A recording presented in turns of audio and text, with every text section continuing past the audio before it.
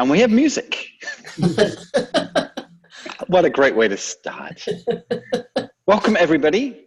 I have the ultimate pleasure every week of meeting Kim Griffiths, aka Kim Sykes, depending on which side of the Book of the Spine you read, and Paul Cotter, who's just Paul Cotter, whichever way you look at it, joint authors of an amazing upcoming book called Gifted.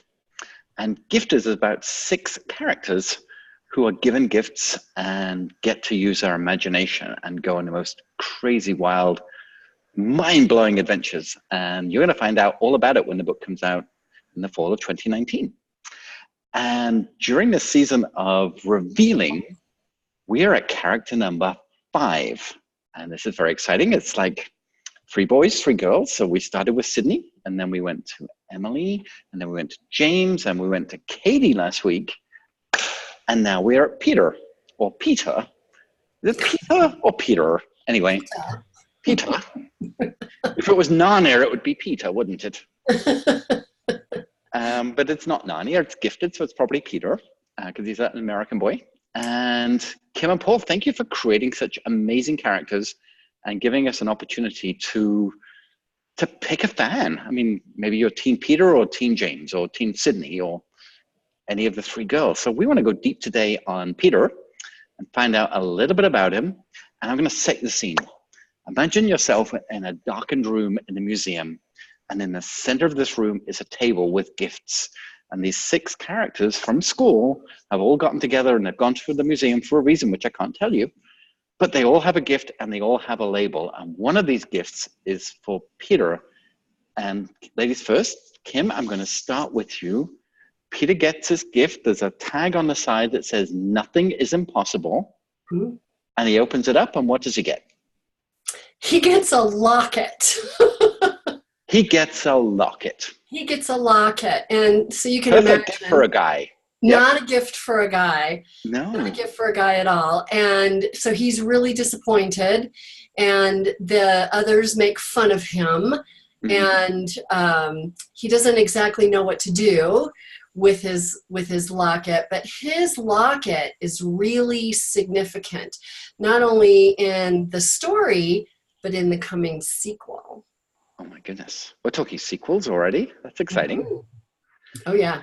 So I heard that on the back of this locket is some writing, Paul. Is this in your native Croatian tongue? No. Oh, okay. So what does it say? It's not in a language that they can understand.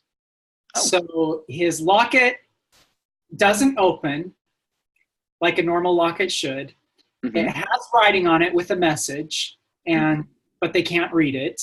Mm-hmm. And so really, he doesn't know what to do with his locket. And it's Peter's kind of the guy who is always second place. You know, he's never quite that top dog. And so, you know, we've had these great gifts. You know, Emily has this quill.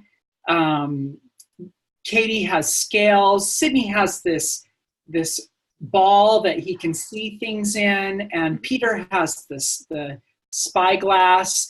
Not Peter. James has the spyglass. Yes. And Peter gets a locket. Gets a locket. That apparently doesn't open. Yes. Well, that's a manly gift because I mean he is a jock, right? He's in sports. He's tall. He's muscular, a bit lanky. I mean, I know exactly how that feels. I was that build at high school, and he gets a locket. So is it something that he would wear or just carry around, Kim? What does he do with a locket?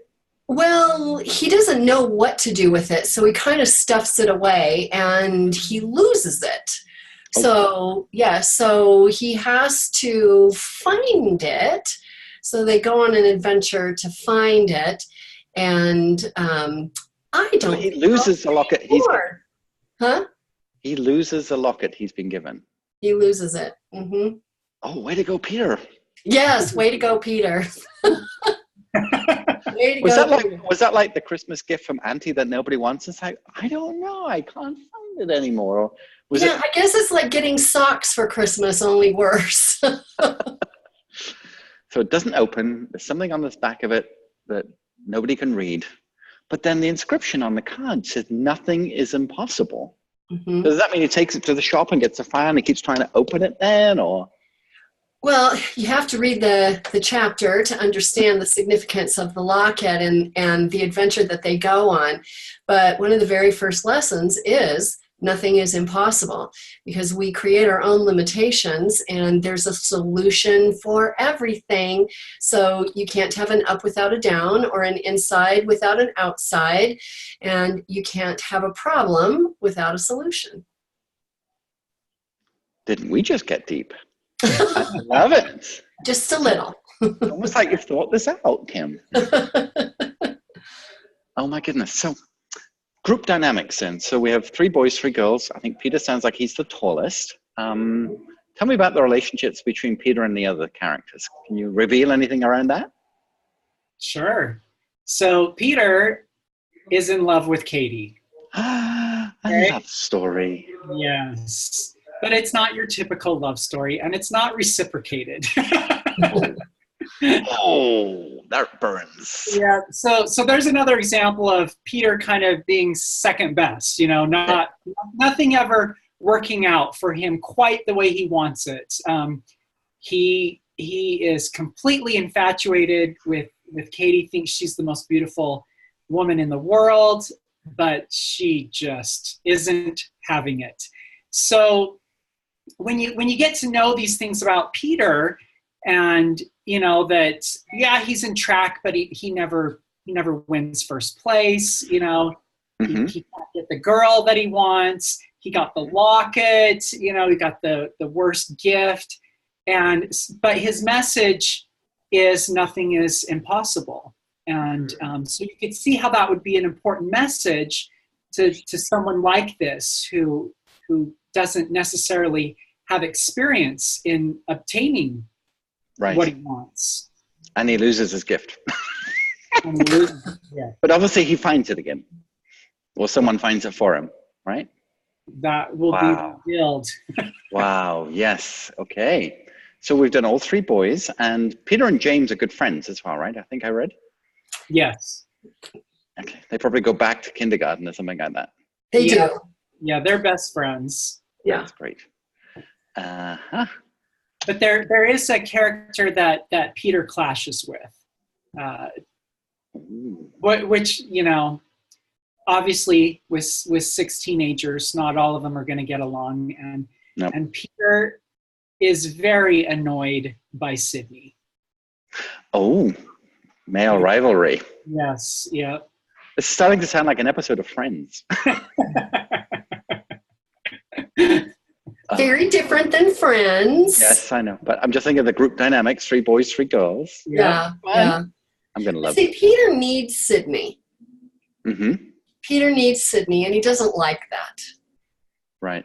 We all need a Sydney, because We all need a Sydney. Yeah. He's the technical guy. He's the geek. He's working things out that nobody else can understand. And then he was the first person that we revealed way back. So, and he's the one with the beautiful globe that can see things. And Peter gets a locket. And Peter gets a locket. Wow. Well, this is fascinating. Thank you so much for this intrigue and insight into character number 5, which means we have 1 left. One of the main 6 characters anyway. Kim, rumor has it, and even though authors are not supposed to have favorites, you may have a favorite. I do have a favorite. So as we created these characters, they become very real to you. To Paul and I, these are real people, and we know them well. We know them intimately. And so the last one to be revealed is Charlotte, and Charlotte is absolutely my favorite. I love Charlotte. And we're going to find out all about her this time next week. Yep. My goodness. Wow. This is great. And I hear the book's coming along, the illustrations coming along, it's all coming together, and you're ready for an exciting journey over the next few months as you get ready to publish. Yep, it'll be here before you know it. Fantastic. Well, my friends, thank you once again. Everybody, do join the Imagination Challenge. You'll find it on Facebook. You'll find us on Twitter. You'll find us on Pinterest. You'll find us on LinkedIn. You'll find us on Instagram. Wherever you find us on social media, get back to the website.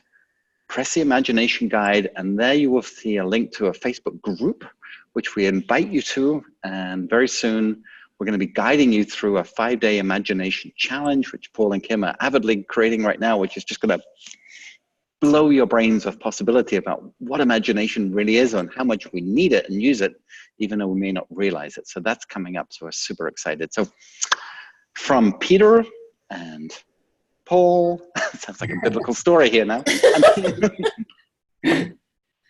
Thank you so very much for joining us, and tune in next week for the 6th and final reveal of Kim's favorite, Katie. No, Charlotte. Charlotte. Charlotte. Okay. Thanks, everybody. Bye for now. Bye. Bye.